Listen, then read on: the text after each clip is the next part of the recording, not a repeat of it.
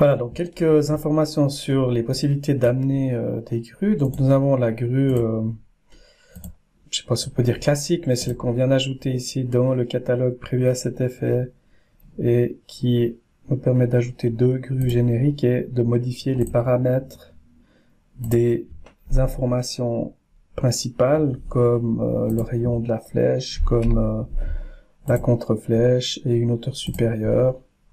Possibilité ici aussi de rajouter les points essentiels qui vont nous permettre de coter très précisément ce que l'on doit coter.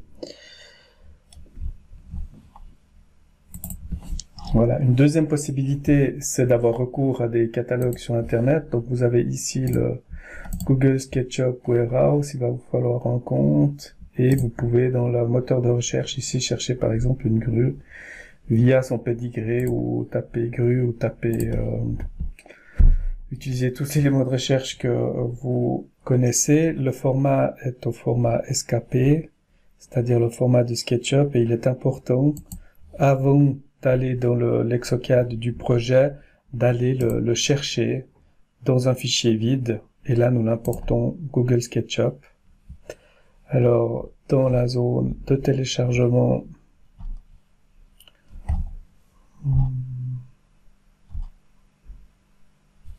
voilà, donc on sélectionne les éléments téléchargés et ils vont être donc mis dans le dessin. Et après, la manière peut-être la plus élégante, c'est de tout de suite la mettre dans un catalogue du réseau ou de l'environnement. Donc je la prends et il suffit de cliquer dessus et de la pousser dans la partie ici, ici libre. Voilà, ensuite on peut la récupérer donc dans notre projet. Donc elle était dans le U1 dans entreprise et c'est l'élément ici. Voilà. Alors ces éléments dans un premier temps, ils sont à traiter comme s'ils étaient vraiment emballés finalement dans un emballage. Donc on peut vraiment cliquer les points de cette bounding box. Par contre, il est recommandé de tout de suite venir dans la zone ici du bloc et de lui dire que l'on souhaite pouvoir activer d'autres points. Et puis comme ça, on peut beaucoup plus facilement la positionner par rapport à tous les points qui sont disponibles sur le fichier.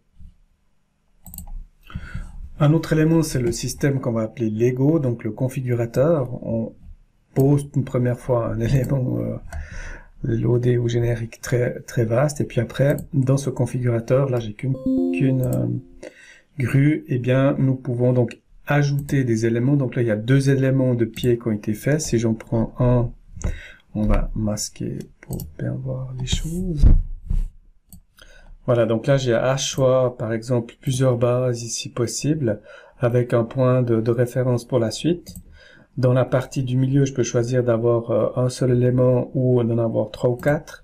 Donc les feux ici sont aussi à choix. Et dans la partie du haut, eh bien, je choisis ici un élément avec la flèche qui m'intéresse.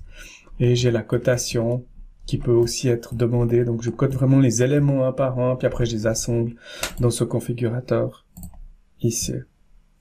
Voilà. Donc ça peut permettre aussi, par contre, il faut la dessiner ou récupérer les éléments pour les mettre ensemble. Mais ces trois méthodes nous permettent d'avoir une certaine flexibilité dans la mise en place des grues pour une installation de chantier.